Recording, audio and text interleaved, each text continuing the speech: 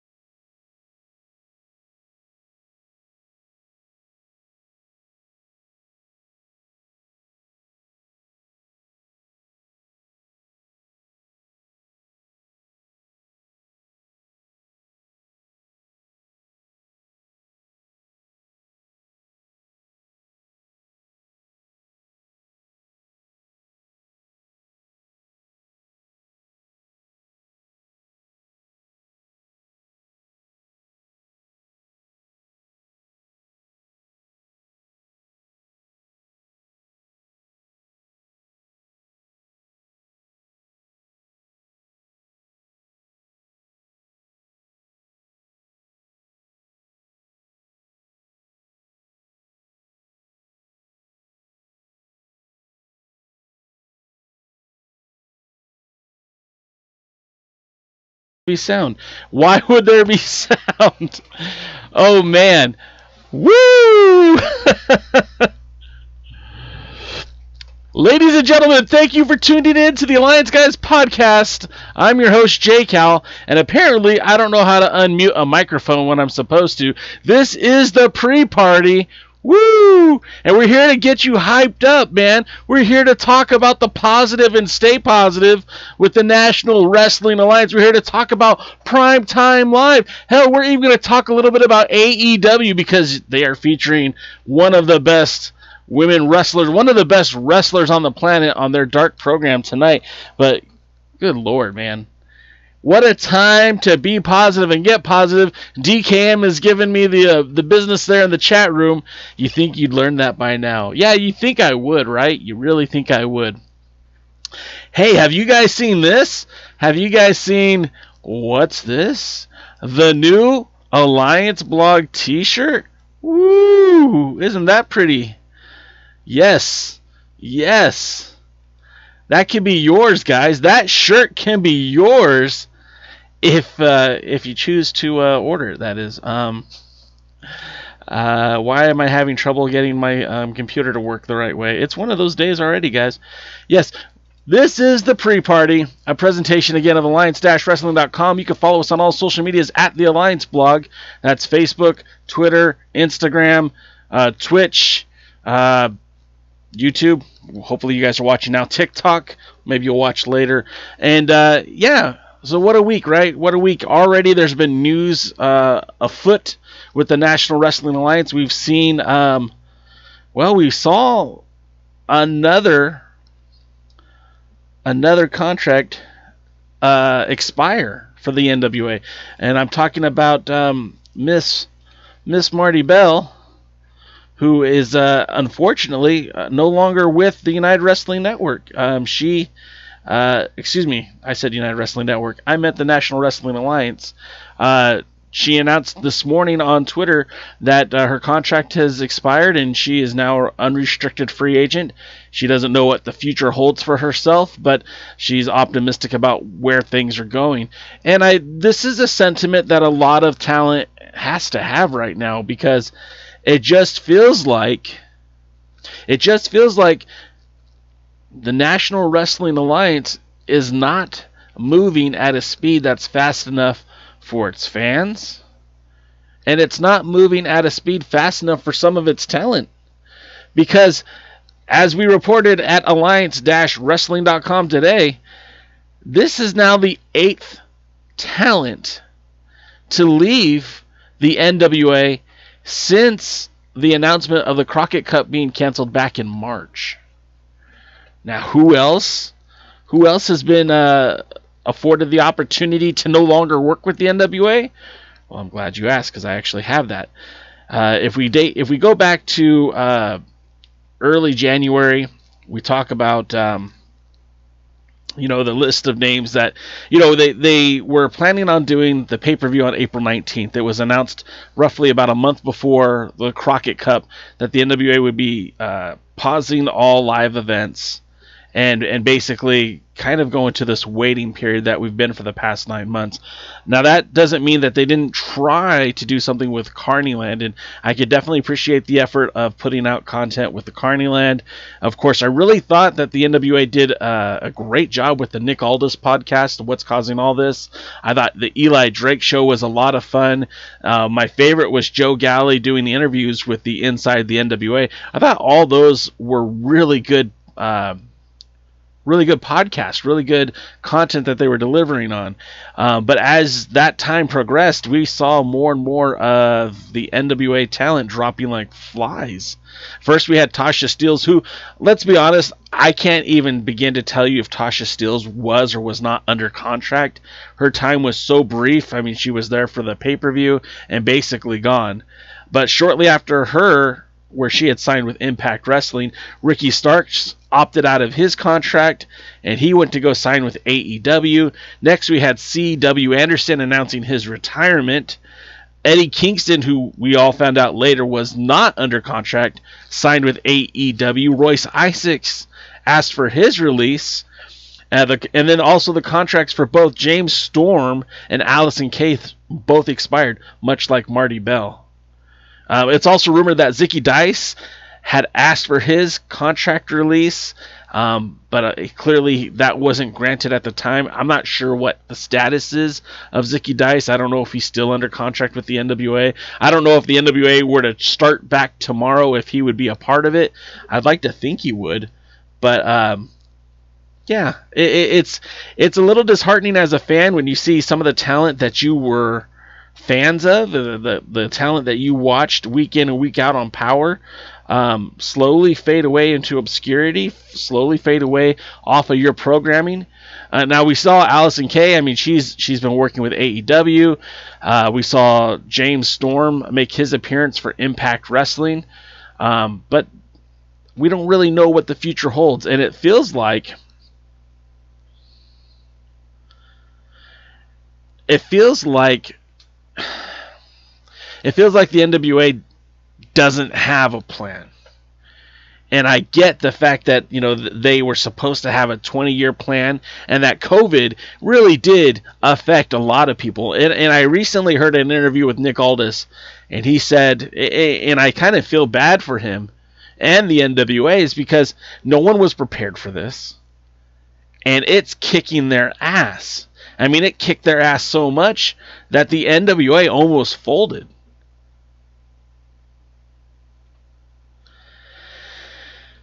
And again, I see your guys' comments, if they don't have a roster, then they don't, or if they're not running live events, they don't need a roster. And that's 100% accurate. There is no need to have, 20 or 30 people under contract when there is no wrestling happening. In fact, I would make the case right now that the NWA is more of a concept right now than it has been in years. And that's kind of scary to somebody who's been a fan of the NWA for as long as I've been. The NWA, up until the time Billy Corgan purchased it, was a collective. It was a board of directors. It was many promotions under one banner. Let me correct myself. That actually wasn't Billy Corgan who changed that. That was Bruce Tharpe who changed that. But prior to Bruce Tharpe gaining control of the National Wrestling Alliance, there was multiple NWA promotions. So if an NWA promoter, let's say Dave Marquez decided to take a break from promoting events when he was in the NWA, there was still events happening in Texas, there's still events happening in Florida, New Jersey, and really all across the country. But now, in the situation that we're in now, there are no NWA events. And what started off as a championship committee, if you will, God, what's the word I'm looking for? A sanctioning body, became a single promotion, and that causes a problem because there is no promotion right now. There are no live events, and your champions who are getting work through Primetime Live, or in the case of the Women's Championship, be it Thunder Rosa or Serena Deep, have been competing in AEW or Mission Pro.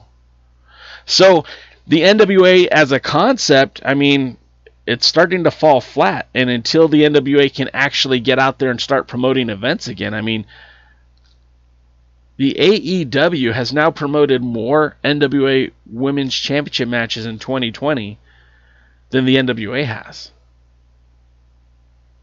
AEW has promoted more Women's Championship matches than Primetime Live and the NWA Power combined. They've showcased the Women's Championship, whether it be Thunder Rosa making appearances as champion when she still was the champion, or Serena Deep defending the title. It has been defended and seen more on AEW than it has on Primetime or NWA Power combined. And to me, that is a little cumbersome and a little worrisome.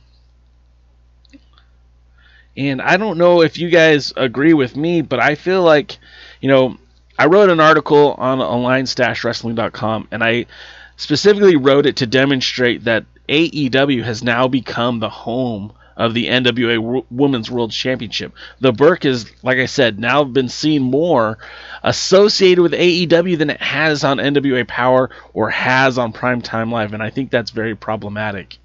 I think the NWA, with their plan to compete, has fallen flat. And I don't really...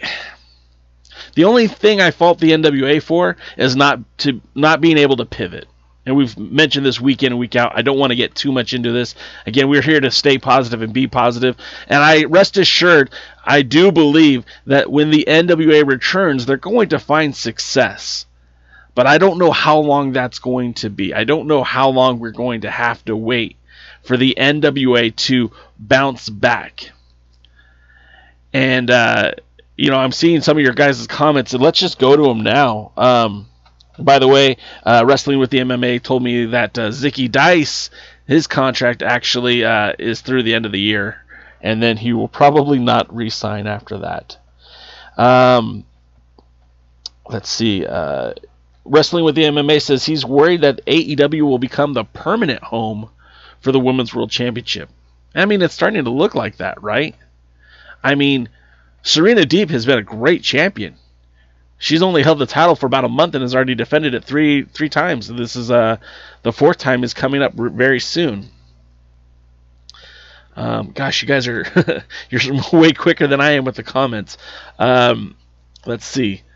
We're quickly approaching 1 year without NWA in-ring content, and I appreciate the stuff on United Wrestling Network and Thunder Rosa on AEW, but neither of these are the NWA, and that's what I'm a fan of. Wrestling with MMA, that's a perfectly appropriate point. All Japan Stan says nobody is waiting for the NWA. They need to let me try that again. They need to get out of their pride and start doing these shows, or there will be no talent at all for a show. See, Stan, that's where you and I disagree, because the talents that we're accustomed to, the talents that we're familiar with, may not be there.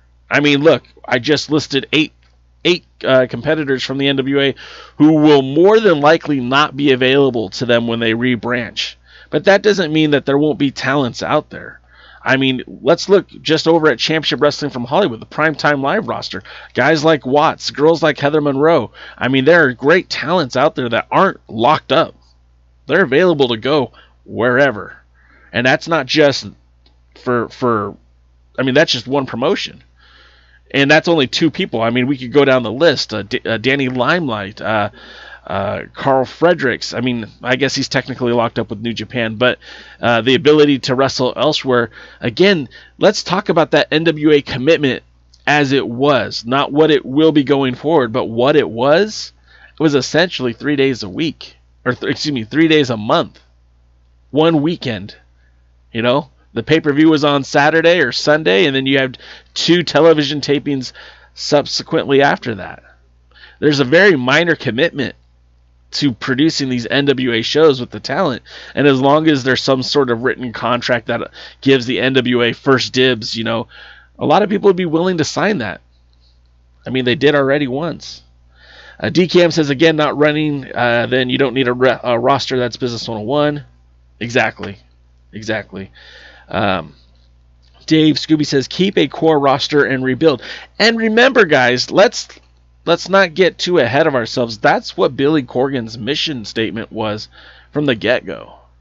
I mean, he specifically said that there would be a core roster with parts that come in and out all the time. And we saw that with Mr. Kennedy or Ken Anderson.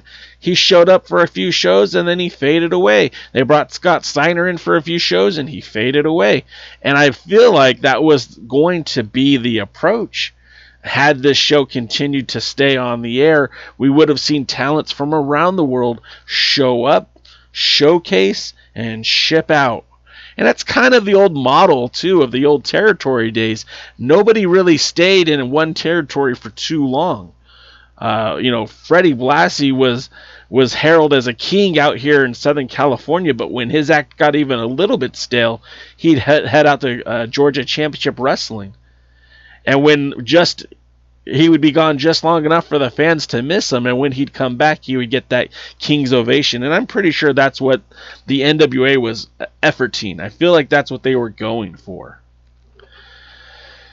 So Ryan Romano says, it's scary that all this talent is leaving. And again, you're right, Ryan. I kind of feel that too, but also at the same time, like DKM said, and like I'm trying to express, talent, oh, there goes the camera. Talent was never meant to be long-term, outside of a handful of people. And that handful of people is still intact. Your NWA World's Heavyweight Champion is still Nick Aldis. Eli Drake, I believe, is still under contract. Thomas Latimer still under contract. I believe Camille is still under contract. I believe we still have Thunder Rosa, of course, is under contract. As Wrestling with MMA speculated that Zicky Dice is still under contract till the end of the year. So yeah, I mean, there's still people under contract. Again, with all the new champions crowned, I'm sure there's some sort of language, some sort of contract where Aaron Stevens is committed to the NWA. I'm sure that J.R. Kratos and Elijah Burke and Trevor Murdoch are somehow, some way committed to the NWA. And before it's all said and done, whoever the women's world champion is when NWA Power kicks back up, I'm sure that person will also be committed to the NWA. So we'll see what will happen. But again, I'm not overly concerned when it comes to that. I think things can change a lot between now and then. Ron says he doesn't think Power is coming back anytime soon. Well, Ron, and that's the thing, right? So if NWA Power was coming back soon, you would think a lot of these people would have a place to go, and they wouldn't let them out of their contracts. They wouldn't let these contracts expire. I'm speculating right now that we won't see a return of NWA Power until probably mid-2021, springtime. That's my guess. I don't know. No one's informed me of anything, but it just feels like if they had a building, if they had a plan, if they had a spot, I think we already would have heard about it. Nobody wants NWA Power to return more than Nick Aldis. I mean, you fans, me fans, we all want Power to return. Nick Aldis wants it more than you. I guarantee it. This is his legacy. This is his legacy to the wrestling world. You better damn believe he isn't going to be satisfied until Power returns. But again, where are we? There's a few more weeks until 2020 is over. Wrestling with the MMA says, in the vein of WWE now being home to WCW, ECW, etc. I almost said ETC. I certainly hope not. I certainly hope that the WWE is not able to somehow procure the NWA, but it wouldn't surprise me. It wouldn't surprise me. Ryan Romano says, these are people who I thought would be the core roster, though. How big is the core roster? I mean, the core roster is big or as little as it needs to be, because the core roster doesn't have to have 40 people. I mean, really, your champions should be your core roster, because, again, independent wrestling in this country is so wild. Like, I bet you can name at least 10 wrestling promotions that aren't WWE, that aren't Ring of Honor, that aren't MLW, that aren't the NWA, that aren't United Wrestling Network. Hell, I can name 10 wrestling promotions in my backyard. I mean, not literally my backyard, but in Southern California. The fact of the matter is that there is an ever need for talented wrestlers, whether it be WWE signing people, whether it be AEW signing people. That creates vacancies, that creates opportunities, and as long as good talent is still coming forward and given these opportunities, they continue to rise. Again, the biggest example of that is Primetime Live. Every week that you guys are watching this, you're seeing somebody that you might not have seen before, or you're seeing somebody in a different light. For example, Kevin Martinson, Danny Limelight, Mike Bennett, Chris Dickinson. Max Caster just got signed to AEW. Watts. All these guys have so much potential, almost unlimited potential, but they're not locked up anywhere. And that's right from Zicky's Twitch stream. He spoke on it last night. He is done with the NWA at 12 a.m. January 1st. I mean, thank you, Zicky Dice, and thank you for Wrestling with the MMA for being so succinct. I mean, again, maybe there was a falling out. I'm happy that we got to see a title change instead of the title being stripped. But who knows? You never know. When NWA POWERRR returns, there could be opportunities for Zicky Dice that he might reconsider his stance. But we don't know. We don't know. Ryan Romanos. DCAM says with COVID spreading faster and a new president, we can go through another shutdown, and we might, and we probably will. And that's unfortunate for professional wrestling fans. But again, it feels like there are ways to continue to produce content that don't involve packing a house with wrestling fans. And again, we're seeing a prime example of that with AEW, where it has socially distant wrestling fans at their events. The WWE, has video monitors representing its fans. Primetime Live, which has 0 fans. Championship Wrestling from Hollywood also tapes similarly with 0 fans. Same thing with New Japan Strong. Get it? They're all the same production company, but again, 0 fans. And if that's what it takes, then that's what it takes. Ryan Romano says this country can't handle another shutdown, in my opinion. You know, I don't want to get too much into politics on this show because it's very divisive, and you know, we're here to be positive and get positive and talk about pro wrestling. But ultimately, whatever it takes for people to be safe, that's what I'm concerned about. I want you all to be healthy. I want you all to stay healthy. So we'll go from there. Let's see. Ron says, I know I tweeted this before, but if we have to, I'd like to see a Crockett Cup loaned to AEW for a special pay-per-view. I mean, at that point, you might as well just relinquish the cup. I mean, that's it. The Crockett Cup is a partnership with the Crockett family and the NWA. If the Crockett's decide to take their partnership with elsewhere, I'd say that is completely acceptable. And to be honest, at this point, AEW can do a live event and have that tournament better than the NWA can. Now, that could change. Again, we keep talking about the pivot. And when that pivot happens, it's going to be hard, it's going to be fast, and things are going to change. We're just waiting for that pivot, though. Hey, Willie, welcome to the show. Thank you for checking us out. Ryan says, honestly, though, thanks to Thunder Rosa, this has been the best year in my 15 years as a wrestling fan, but that's just me. I mean, that's great, Ryan. I know Thunder Rosa is very approachable. She's very cool with her fans. I'm glad. I've seen the photos. I'm glad you've had an opportunity to not only meet her, but to see her live. That is so cool. And there are a lot of things about this pandemic that suck, but the opportunity to meet your favorite wrestler, that's pretty cool, and I'm glad you had that opportunity. And Goblin says he's here. He just got back from getting snacks for tonight. What'd you bring me? I hope it's Reese's Pieces, and I'm gonna put it on my popcorn DKM because it's delicious. And so it's really cool. I'm always blown away with how cool this community is. You guys are all in here chatting together. We're all part of this. We're all just waiting to see what's next for the NWA. We're all waiting to see what's next for Championship Wrestling from Hollywood. Or excuse me.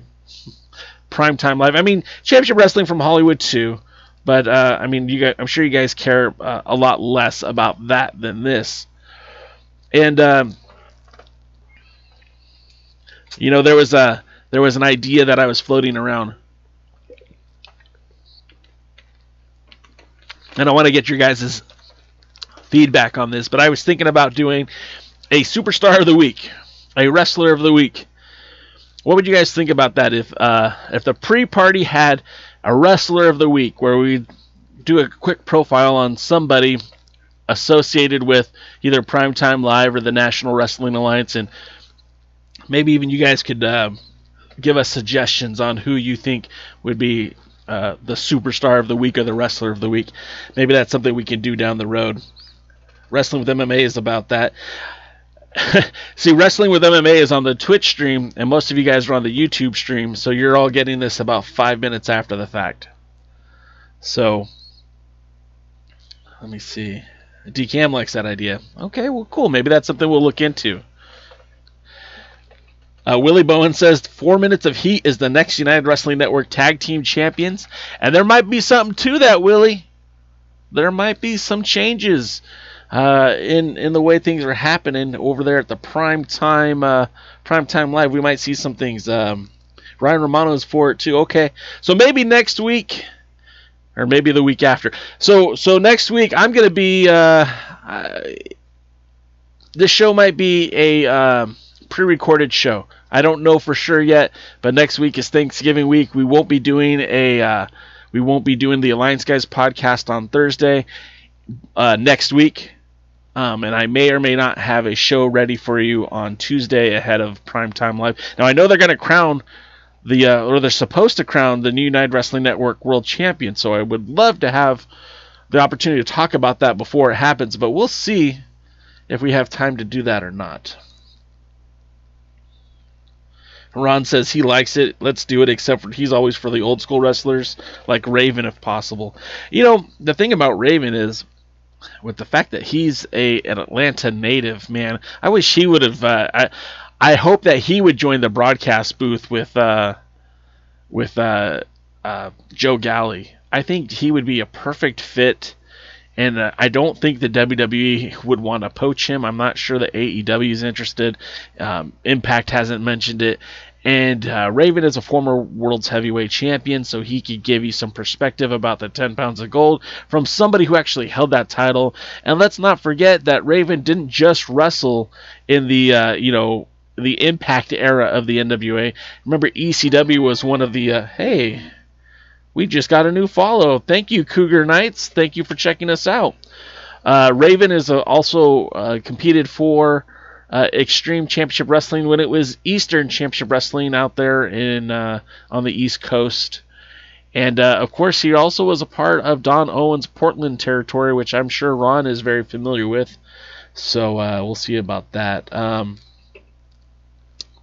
More of your comments. Lamb says, Aaron Stevens did an Instagram Live last week, and when I mentioned 4 minutes of heat as a possible challenge for the NWA World Tag Titles, he said it would be a great choice.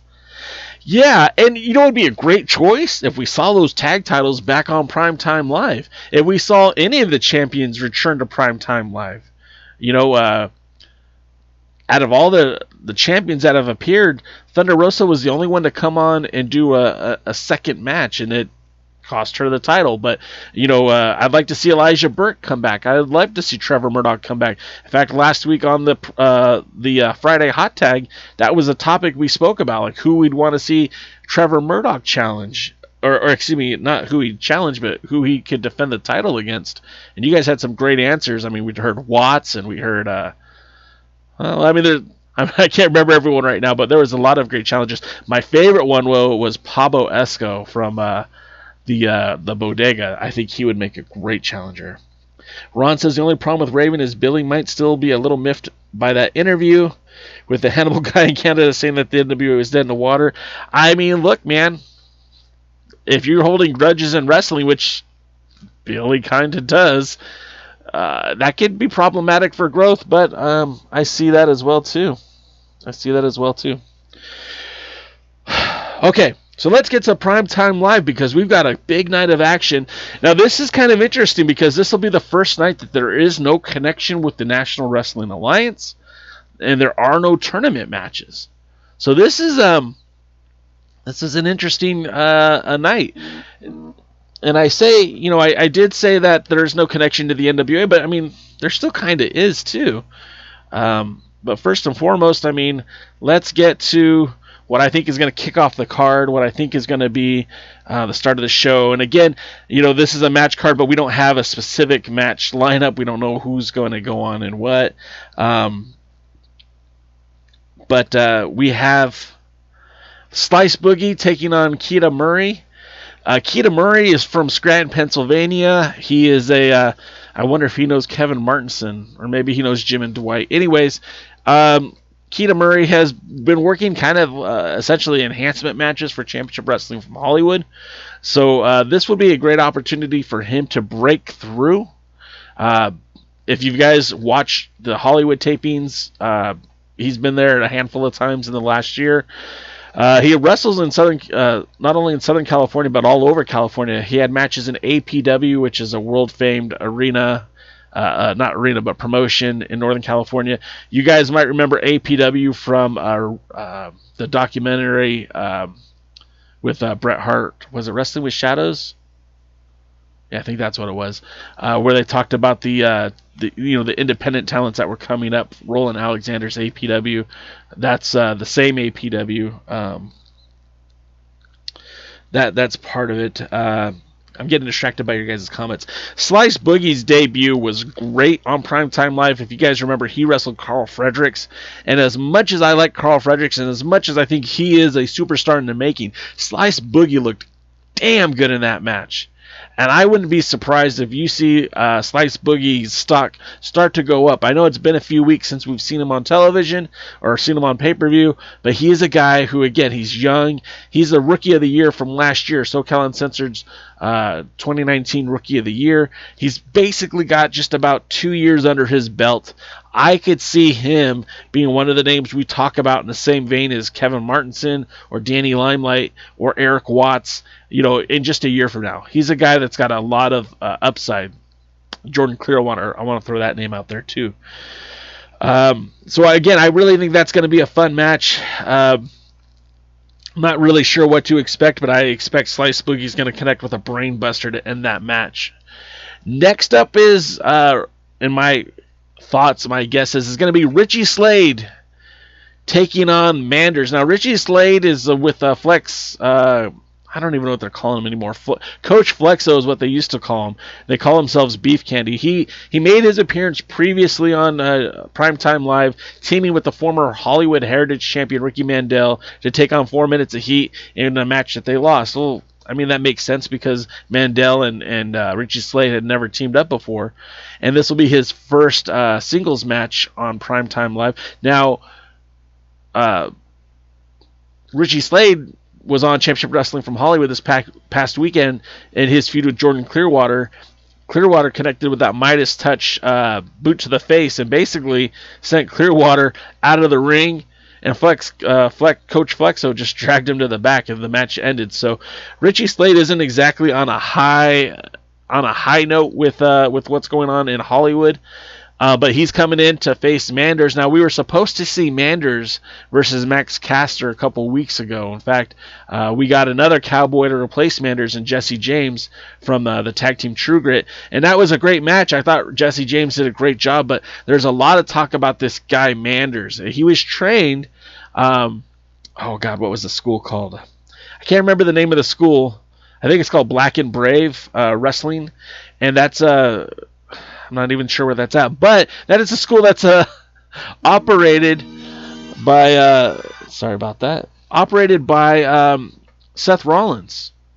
Yeah, that's Seth Rollins Wrestling School, and I'm sure he's not there coaching day in, day out, but I'm sure he's had a hand in helping to develop Manders. Manders is known for his brawling tactics, and he's got some power for a guy, deceptively powerful. I saw him press slam somebody who I was really surprised he had in that position. So I imagine Manders is going to beat the hell out of Richie Slade tonight. And we'll see how that goes. We'll see if Flex McAllen is throwing candy all over the ring. We'll see how that goes. Just seeing more of your comments. Ryan Romano says Lindsay Snow is in action. Lamb says, according to David Marquez, there will be more surprises today. That's a good catch, and we're going to go to that in just a minute. Willie Bowen says Championship Wrestling from Hollywood, California has made pro wrestling on the West Coast exciting. I mean, there's a lot of great promotions in Southern California, but yes, Championship Wrestling from Hollywood, they just hit their 500th episode. And that needs to be addressed. That needs to be acknowledged, because 500 episodes for an independent wrestling promotion is pretty insane. And we're not talking about, in some podunk back county, country. We're talking about in the second biggest wrestling market. Championship Wrestling from Hollywood, Dave Marquez. I mean, that's a pretty big deal. And the fact that we're now in week 10 of Primetime Live.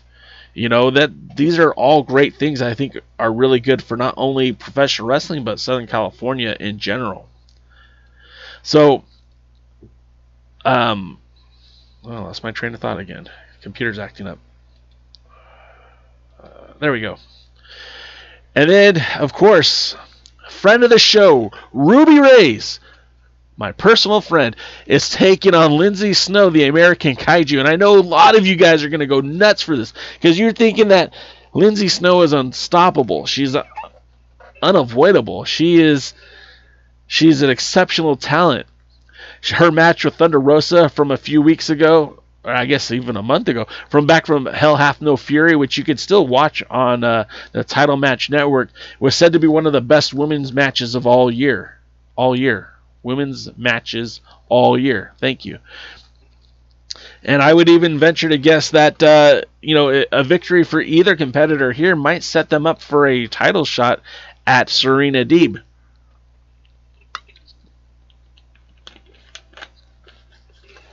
We know that Serena Deeb, she has her hands full with Thunder Rosa right now. Speaking of Lindsay Snow and Thunder Rosa, if you guys are so inclined, you could actually see Lindsay Snow twice tonight because she's going to be in action on AEW Dark on YouTube, a free show. And you can see Thunder Rosa taking on Lindsay Snow, and what's going to be an excellent match. Let's just throw it out there.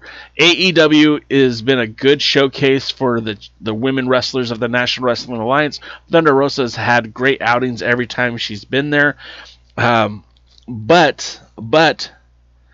it's not the only place Lindsay Snow is wrestling tonight, because again, she's also going to be on Primetime Live, wrestling against my personal favorite. And her moniker is the equal opportunity ass kicker, your dad's favorite wrestler, and it's kind of funny. It's a little bit appropriate. But Raze, don't go to sleep on Raze. I know a lot of you guys find it easy to just root for Lindsay Snow because what you've seen in Mission Pro Wrestling. Hell, she beat Allison Kay at Josh Barnett's Bloodsport, and that is, in itself, that's a feat. But don't sleep on Raze. Raze has wrestled in many intergender wrestling matches. She's a force. She was trained by Tyler Bateman. You guys might know him from Ring of Honor. He's a former Hollywood Heritage champion. She had her finishing done at Santino Brothers Wrestling Academy. And every time we talk about Santinos, again, Santinos have been dominant in women's wrestling, in high flyers, cruiserweights, heavyweights. Look, Tyler Bateman is with Ring of Honor. Brody King is with Ring of Honor. Jake Atlas is with the WWE NXT. Don't go to sleep on the Santino Brothers school. Slice Boogie, we talked about him earlier. Eli Everfly out here in Southern California is one of the better cruiserweights. Their school has been so good at producing talent. Ray Rosas, Che Cabrera, Bad Dude Tito, all these guys have come from that same school, that same mentality, that same hard-hitting action. Raze is nobody's stepping stone, and if you guys think she's here just to make Lindsay Snow look good, you're going to be disappointed. She's going to bring the fight to Lindsay Snow, and I know Lindsay Snow is a badass. I do. Don't get me wrong. I'm not blind to how great Lindsay Snow is either. This might be the second best match on the card tonight. Yes, second best match on the card tonight. And we'll get to the match I think is going to be the best match on the card in just a minute. But let me read some of your comments because you're cracking me up over here. Ryan Romano says, where's Dr. Stinson? If you guys follow This Is the NWA podcast, Dr. Rob is a huge Lindsay Snow fan. Ron says that Ruby Raze is going to get the win. Woodland Goblin says Dr. Stinson is in love with her. Must be the tattoos. Who doesn't like a girl with tattoos?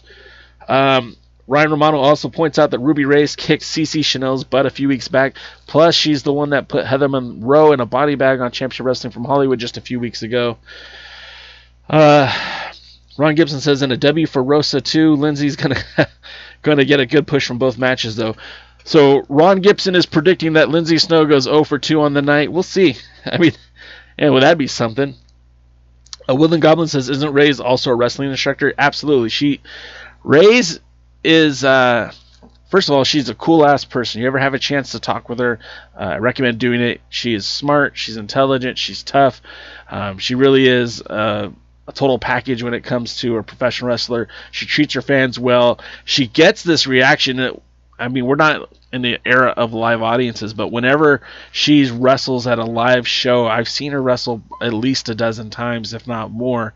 The fans connect with her, and I don't know what it is. I don't know why, but every time, and it doesn't matter if it's in Port Hueneme or if it's in Southgate or if it's in Corona, West Covina, it doesn't matter. She just seems to get this reaction from the fans. And I know I just mentioned a lot of cities here in California that you guys probably aren't aware of, but it's a different audience, different fan base in each one of these areas, and they just seem to connect with her. And I'm just speaking from experience, because not only am I a fan, a friend, but also I've seen her very, very often. And I really think you guys are going to be appreciative of the match. Win, lose, or draw, it's going to be a good match. And like I said, probably the second best match on the card. And then Ryan Romano says this match is going to kill it, but he's predicting American Kaiju for the victory. Which, I mean, look, that's not a bad guess either. I mean, it's really, there's no wrong way. There's no wrong way to look at this. It's going to be a fun match. It'll be an exciting match. But it won't be as good as Clark Connors versus Danny Limelight 3. Because Clark Connors and Danny Limelight have been killing each other, for the past few weeks. Now, you guys, if you watch New Japan Strong, I personally don't watch it. I canceled my New Japan World subscription a few months ago, and I hadn't been back to it. I think about it, but I'm paying monthly for Primetime Live. Primetime Live to me is the better investment. But Danny Limelight has been one of the breakthrough stars on New Japan Strong, and his feud with Clark Connors has spilled over into Primetime Live in the past. Clark Connors is also a guy who has been making his name well known in Championship Wrestling from Hollywood. He's wrestled individual matches and tag team matches, so this will be the third time that these two face off. And like the promo says, Danny Limelight expects that there's no way he's going to lose 3 times in a row to Clark Connors. These two guys have always been hard hitting in every match that they've had. Clark Connors wrestles a more subdued style because he's sticking to the principles that were taught by Shibata at the LA Dojo. But make no mistake about it, Clark Connors is a competent wrestler, and although he has that dojo mentality, he is ready to move above and beyond his limited move set. And I think when that spear connects and that Boston Crab is cinched in, I mean, there's nobody better. And Connors recently competed. He was just in Championship Wrestling from Hollywood last weekend. In fact, I believe he took on the newcomer Snipes, and again, folded him up with the spear and then straightened him out with the Boston Crab. So this is going to be another really, really solid match. This is probably going to be the match of the night as far as I'm concerned, and I hope you guys enjoy this one as well. Willie Bowen says that Clark Connors versus Jordan Clearwater would be a good match too. Jordan Clearwater is such an untapped asset. And I throw him in the same vein as we mentioned Kevin Martinson earlier. We mentioned Danny Limelight, of course, and Slice Boogie being one of those guys to rise up to the top. I really feel like Jordan Clearwater is a guy who, he hasn't had his just dues just yet, but I think you're going to see something really good with him in the coming weeks. And that brings us to the main event. That brings us to the matchup featuring Rosas defending the Hollywood Heritage Championship against his nemesis, against his chief rival in Andy Brown. Now, these guys used to be in a faction known as Static, and they used to be partners. In fact, Ray Rosas brought Adrian Quest and Andy Brown together and helped get them the United Wrestling Network Tag Team Champions. But it should be noted, and I don't know if this was a spoiler or if this is done intentionally or what the significance of this was, but Andy Brown tweeted, "This might be my last SoCal match for a long while. So you all know I'm going to do whatever it takes to win." To me, that kind of sounds like something ominous is happening. Maybe Andy Brown has been signed somewhere.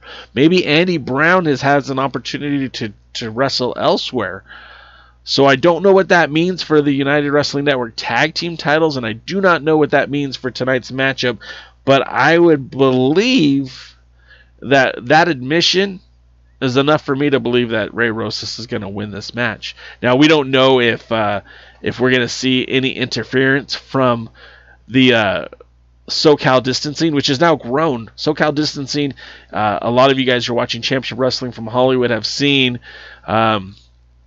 Adrian Quest and Andy Brown kind of causing pain and havoc for Ray Rosas, along with their mysterious benefactor, who many people think is James Logan, who is also a pro wrestler and an SFX studio guru out here in SoCal.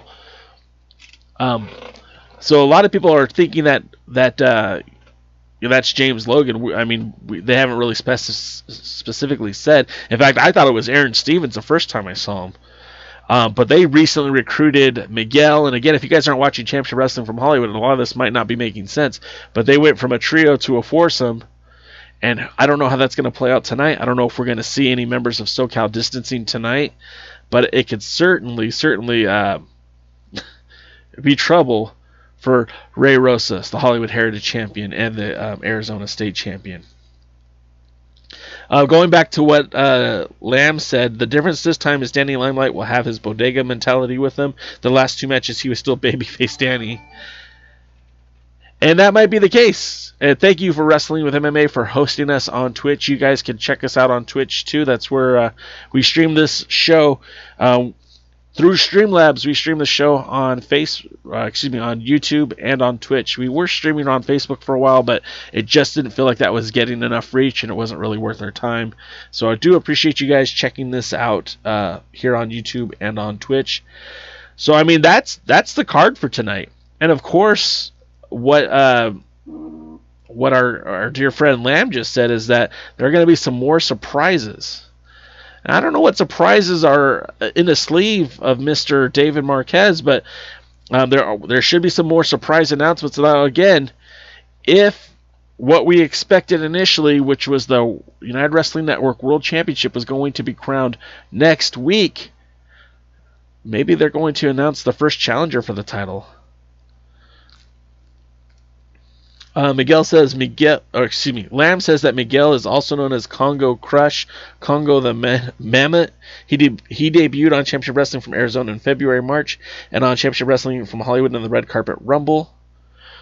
That makes a lot of sense. I didn't know who he was, but now I know exactly who he is. Yeah, I didn't even put two and two together. That's a good catch, Lamb.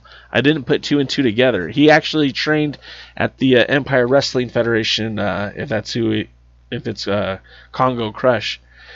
Willie Bowen says, what if Watts interferes in the Ray Rosas match with Andy Brown? I mean, it's a possibility, right? Because Static over the weekend attacked Watts. Excuse me, not Static, SoCal Distancing. They attacked Watts. So, I mean, the storyline could play out in Primetime Live. So far, it feels like the mentality for Primetime Live is that the angles that are happening in Hollywood don't exactly spill over onto Primetime Live. But they definitely impact the show for sure, and we'll see that tonight with Andy Brown and Ray Rosas. But I'm excited for tonight's show. Again, no NWA titles, no real reference to the NWA except for, I mean, technically Lindsay Snow has ties to the NWA, whether she is officially NWA or not. I mean, I don't think she's under any kind of contract. She did appear on that Circle Squared, has been pointed out lots of times by Gary Horn. That was a dark match. They never aired it, but she was supposed to be part of that Circle Squared, and I imagine that had the pandemic not happened, she would have been one of the finalists for that show with the likes of, Hawk Airy and what was it, the Volkoffs and Cody Carino and all that. So not exactly sure how that's going to play out, but that's the fun thing about wrestling. If you don't know what's going to happen, it tends to be a lot more fun. I'm already, because of that tweet, because of what was said by Andy Brown, I'm not really looking forward to that match with Ray Rosas. It's not on my radar. I'm already geared in for the American Kaiju versus the Equal Opportunity Ass Kicker. I'm already looking at Clark Connors and Danny Limelight. And I mean, Ray Rosas and Andy Brown, I mean, they're going to have to really step it up for me to even care. Because if Andy Brown is heading out of SoCal, if he won't be back on Primetime Live for a while, then it's kind of a moot point. And the bigger question is, what does that do for the United Wrestling Network tag team titles? But I digress. So that's going to wrap it up for this week.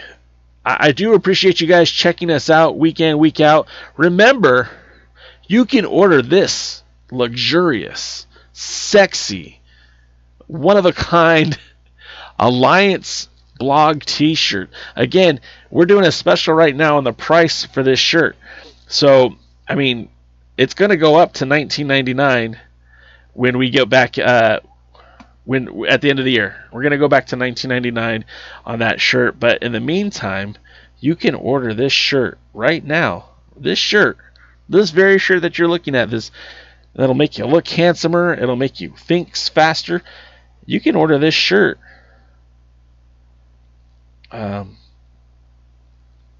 Why can't I pull up the price on it?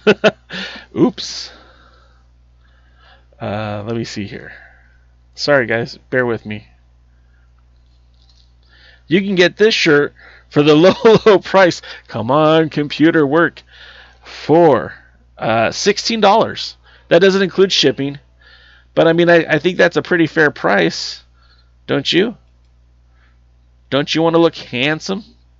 Or beautiful? Or sexy? Sorry guys, I'm having too much fun with this. Again, thank you again for tuning in every week. I mean, we've been doing this for over a year now.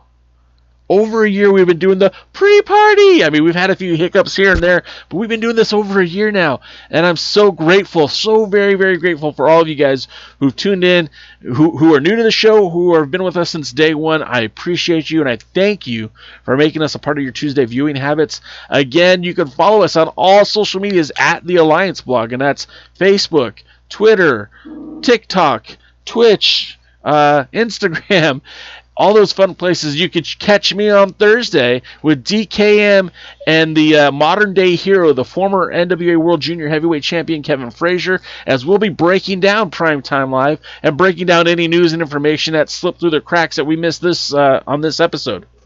So again, thank you so much, guys. Oh, DKM ordered his. DKM, you magnificent man. You, thank you so much.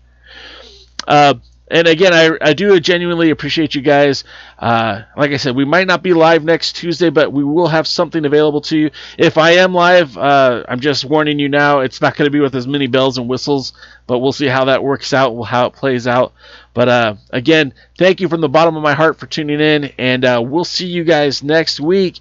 Just remember that this is a good time of the year to get positive and stay positive, and I'll see you at the matches.